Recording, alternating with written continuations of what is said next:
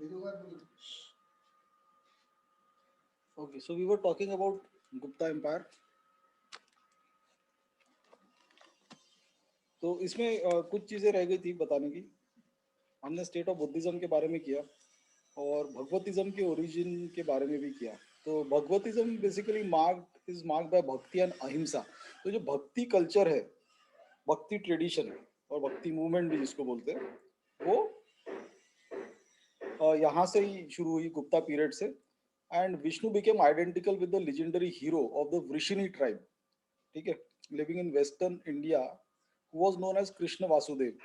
तो जो विष्णु जो इमेजिनरी गॉड था उसको तुमने पर्सोनिफाई किया कृष्ण में। और कृष्ण एक वृष्णि ट्राइब का गॉड था जो गुजरात एरिया में, जिसकी काफी फैन फॉलोइंग थी। So this is how Krishna was also incorporated into Vasudev, Vishnu.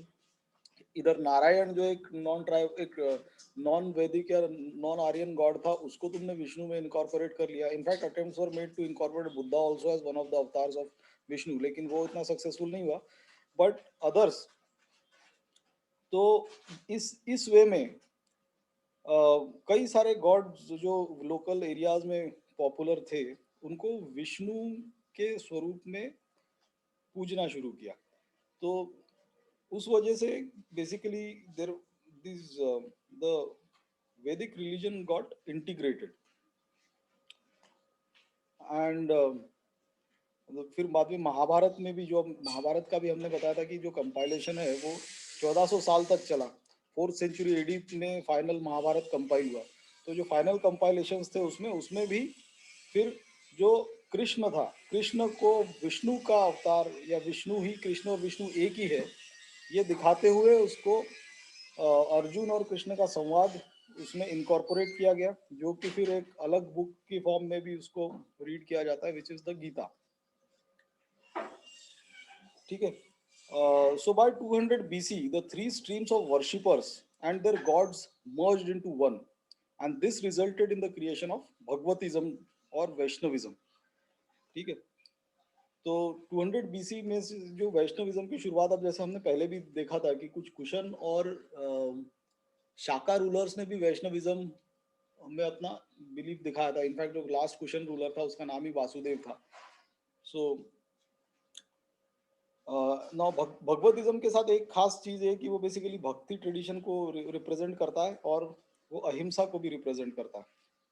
ठीक है। भक्ति ट्रेडिशन फिर आगे भी अलग अलग फॉर्म्स में चलती रही। अलग अलग सूफी संतों ने उसको अपनाया, और फिर Guru Nanak also belong to the similar tradition. Then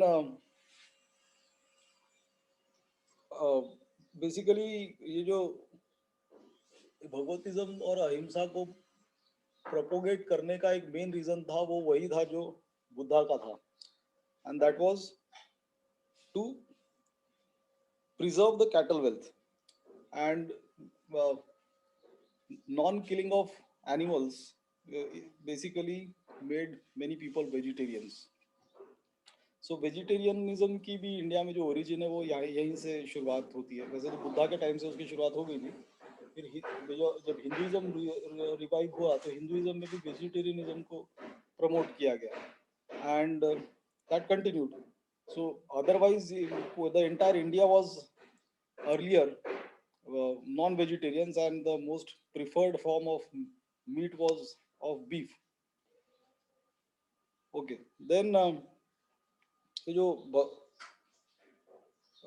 Vishnu पुराण और विष्णु स्मृति, इनका भी कंपाइलेशन इसी पीरियड में हुआ।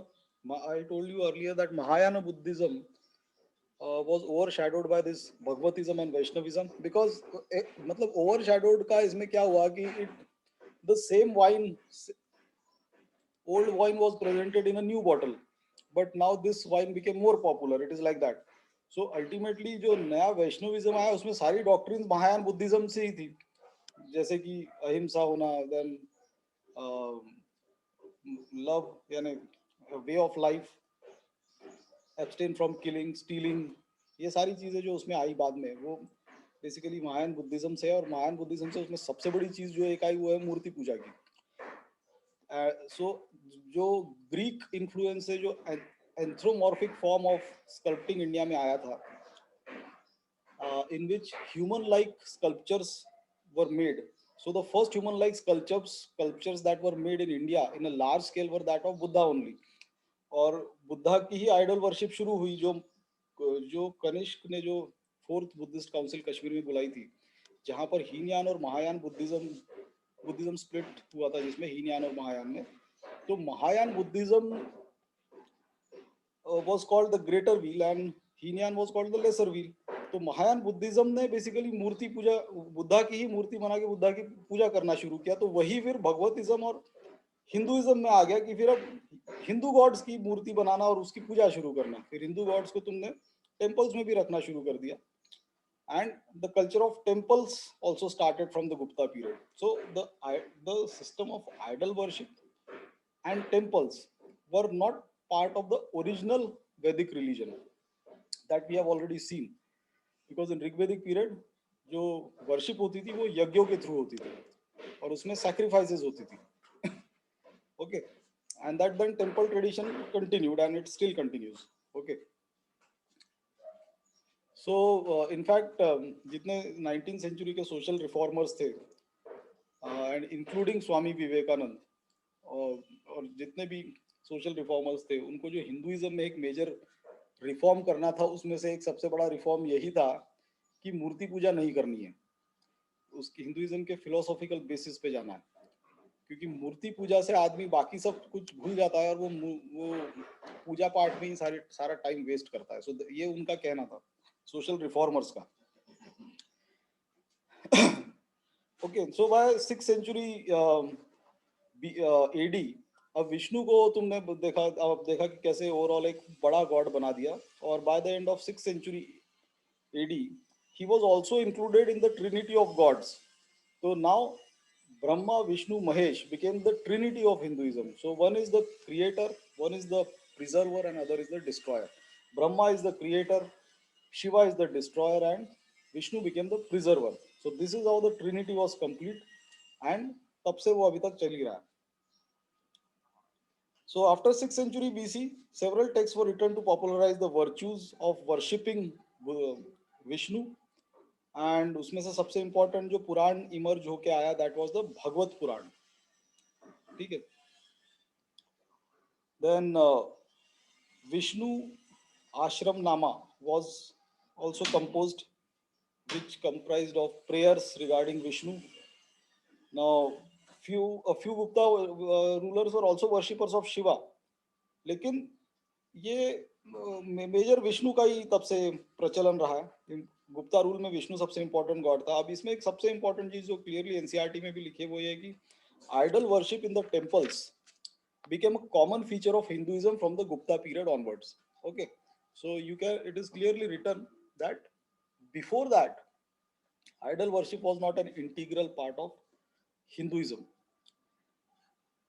So now, but nevertheless, Gupta emperors did follow a policy of tolerance. They were equally generous to the Buddhist monks and even the Jain monks, and no persecution was used the way it was used by Pushyamitra Shunga. Okay, तो अब अगर तुम वैसे भी India में देखो तो ज्यादातर रूलर जो रहे वो टॉलरेंट ही रहे हैं, यानी वो secular in character and tolerant. कौन से रिलीजन को किसने पैटर्नाइज किया वो एक अलग इशू हो गया, लेकिन टॉलरेंस सब में था. ऐसे बहुत कम थे जो इनटॉलरेंट थे, जैसे शशांक ऑफ गौड़ा, ये जो था इधर कलिंग एरिया का किंग था, he was also Brahmin. And Pushyamitra Shunga, Brahmin general who usurped the throne of Mauryas, वो भी ब्राह्मण था, और उसने इन दोनों ने जैसे बुद्धिस्ट मॉन्क्स का परसिक्यूशन किया. But by and large most of the kings that came to India that were there in India were tolerant in nature. ठीक है. हमने देखा कि सतवानाज ने भी ब्राह्मणिज्म और वर्ण व्यवस्था को प्रमोट किया, but they also were generous towards Buddhist Monks. और हमने ये भी देखा कि सतवाना टाइम पर जो मेजर बुद्धिस्ट श्राइन्स बनी है, बुद्धिस्ट श्राइन जो अमरावती, नागार्जुन कोंडा, कारले, वे जो चैत्य और विहार वो सब बने हैं, वो सतवानाज के ही टाइम पे बने, who were promoters of Brahminism. तो इसका मतलब ये है कि वो भी टॉलरेंट रूलर्स थे, they were secular in by nature. Okay, फिर आर्ट एंड कल्चर, आर्ट के फील्ड में Now this is all art के फील्ड में भी Gupta empire is known by its called the golden age of art in India. ठीक है. So now since they possessed a large number of gold coins, तो उनके पास उतने पैसे थे ये सब चीजों पे, लीजर की चीजों पे खर्चा करने के लिए. सो both Samudragupta and Chandragupta were patrons of art and literature. Samudragupta is represented on his coins as playing a veena. Okay. And Chandragupta is credited with maintaining his court with 9 luminaries or great scholars. अब ये great scholars का concept Akbar ने भी अपने दरबार में रखा था, जिनको नवरत्न के रूप में जाना जाता था. उसमें से एक बीरबल था, तानसेन था, सब अपने अपने फील्ड्स के मास्टर्स थे. Just a minute.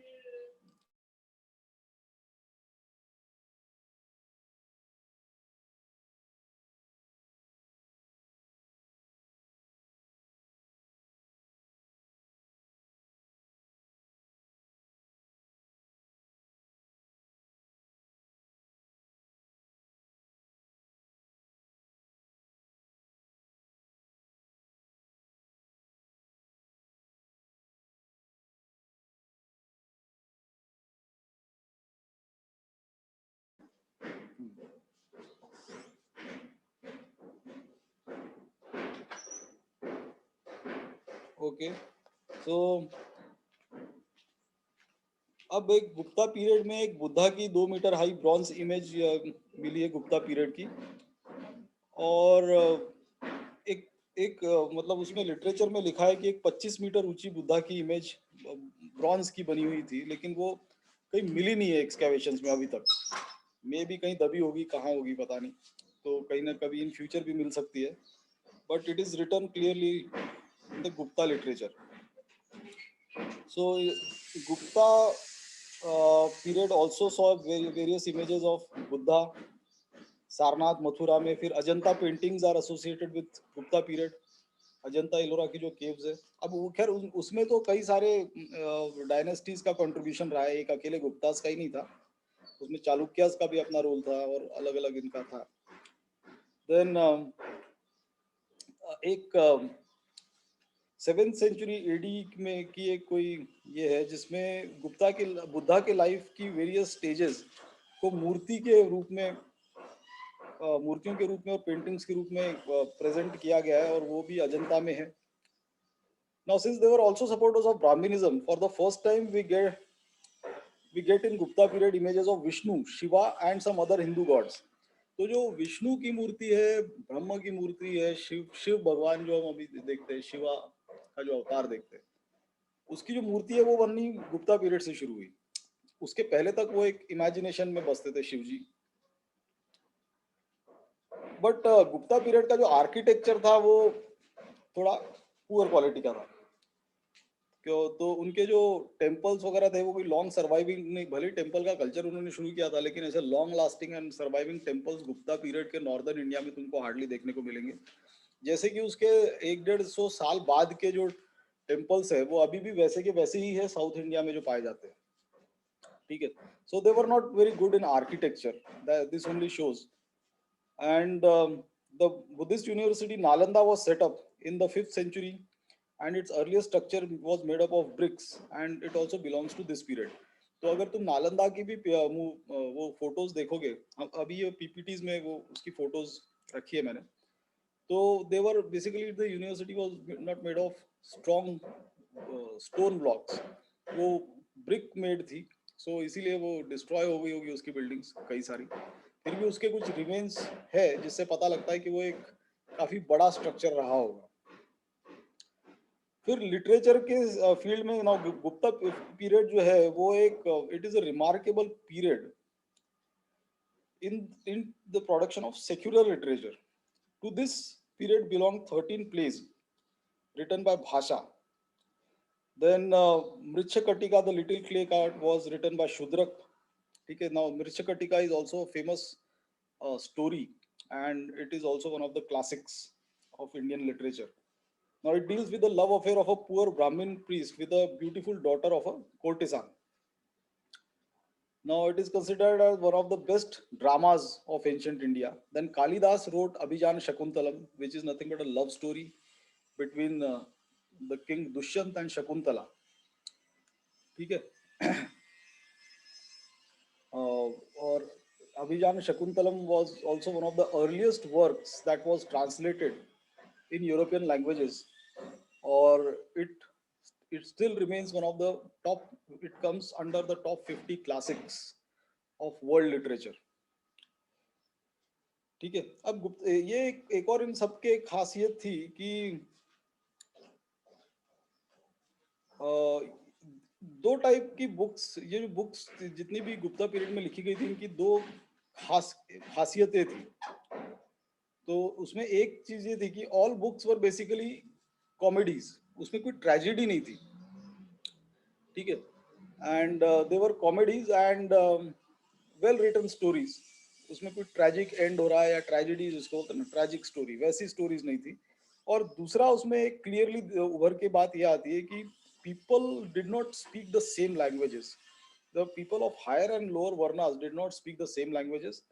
So women and shudras in this who feature in these stories, they speak Prakrit, and higher classes, and especially men of higher classes, they speak Sanskrit. तो ये ऐसा in book से एक चीज clearly उभर के आती है. ठीक है. So now the two great epics Ramayana और महाभारत ये है, they were also almost completed by 4th century AD. तो रामायण का तो खैर आगे भी उसका ये चलता रहा. इनफैक्ट रामायण का final compilation 12th century AD में हुआ. लेकिन इस बेसिकली ये स्टोरीज जो है वो उनका एक इम्पोर्टेंट पर्पस ये है कि they set high moral standards for living. Ram को एक मर्यादा पुरुषोत्तम की तौर पर देखा गया है. ठीक है. Bhagavad Gita forms the important part of Mahabharata, which teaches that a person must try out duties assigned to him in the caste and rank under all circumstances. So without the desire of reward. So कर्मण्यवाधिकार से जो इसमें आया है कि तुमको basically अपने कर्म को ध्यान में रखना, लेकिन इसमें वर्ण का एंगल भी था. दैट तुमको अपने विदिन, अब तुम्हारा जो वर्ण है या तुम्हारी जो असाइंड कास्ट है उसके अंदर तुमको जो ड्यूटीज दी गई है वो तुमको सिंसियरली करनी है बिना किसी रिवॉर्ड के की उम्मीद के. ठीक है. तो ऐसे this is basically this only shows that Gupta time पे लिटरेचर आर्ट भी काफी फ्लरिश हुआ. देन पाणिनि का जो ग्रामर है उसको फर्दर एनहांस किया गया. अमर कोश ने एक किताब लिखी गई थी अमर सिम्हा द्वारा, who was luminary in the Chandragupta II's court. तो इसमें भी काफी ये भी काफी important part of Indian literature. So overall the Gupta period was a bright phase in the history of classical literature in India. It developed an ornate style which was different from old style. Now from this period onwards we find greater emphasis on the verse than on prose. So I told you what is the difference between a prose and a poet. Prose and a normal whatever is written in any book, it is prose. और poetry या verse जो जो जो ये होती है उसी को तुम थोड़ा एनहांस करके उसी चीज को तुम लिखते हो. So that is called a poetry. और फिर साइंस एंड टेक्नोलॉजी की फील्ड में भी अपने कंट्रीब्यूशन थे गुप्ता पीरियड के. इनफैक्ट जो इंडिया में डेसिमल सिस्टम आया और आर्यभट्ट ने जो आर्यभट्टीय लिखी, ये गैलीलियो कोपरनिकस ने तो ये बहुत बाद में बताया, अभी 15-16 सेंचुरी में बताया कि कोपरनिकस ने पहले उसको बताया कि earth revolves around the sun. Galileo ने टेलीस्कोप बना के उसको देखा, लेकिन आर्यभट्ट ने तो ये 4th century AD में ही बता दिया था. सो आर्यभट्टीय जो किताब लिखी है आर्यभट्ट ने, जो इनफैक्ट इंडियंस ने तो कम और बाकियों ने अरब कंट्रीज में ट्रांसलेट हुई, अरेबियन पर्शियन में और फिर वहां से यूरोपियन लैंग्वेजेस में, उन्होंने उसका ज्यादा फायदा उठाया. इंडिया में वो ऐसी पड़ी रह गई. फिर जो मैथमेटिक्स में जो डेसिमल सिस्टम होता है वो भी इंडियंस ने इंट्रोड्यूस किया था. Zero was invented by Indians. फिर उसका जैसे रोमक सिद्धांत करके किताब मिली है उस समय की, जो एस्ट्रोनॉमी के फील्ड की एक बहुत सुंदर किताब है. Of course it was influenced by some Greek ideas also about astronomy. लेकिन overall mathematics, astronomy and even Samkhya school, और ये जो अपनी कौन सी वैशेषिका स्कूल है of philosophy of India, wo that talks about the theory of atom also. So that means something elementary is there which makes all the matter. So this theory, now of course atom was not, that was not scientifically calculated the way it was in Europe, but still the origin was there. So there were too many contributions of Guptas in the field of science and technology also. And iron foundries, ये अब देखो जैसे कुछ pillar जो मिले बड़े बड़े iron के, तो वैसे वैसे पिलर्स अब जैसे वो जो अशोक स्तंभ है कुतुब मीनार में जो लगा हुआ है, वो भी जस्ट अ मिनट,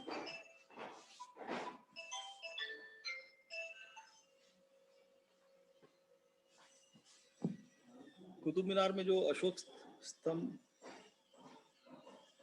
लगा है वो किस फाउंड्री में कास्ट हुआ होगा वो अभी तक मिस्ट्री है, क्योंकि वो अभी तक कोरोड नहीं हुआ, और वो उस साइज का इतना बड़ा एक ही वन पीस का स्ट्रक्चर जिस भी फाउंड्री में बना होगा वो रिमार्केबल थी, क्योंकि उस टाइप की फाउंड्रीज इवन यूरोप में भी 20th सेंचुरी की शुरुआत में भी नहीं आई थी. तो इतने साल पहले, 1000 साल 2000 साल पहले वो कैसे बनाया होगा, ये आज की डेट में भी मिस्ट्री है. So there were in fact developments in the field of science and technology also, and so with this we complete the explanation of Gupta period. Okay, so I think ये जो इसका PPT part है, that we will do in the next class only. So we will continue with this tomorrow. Okay.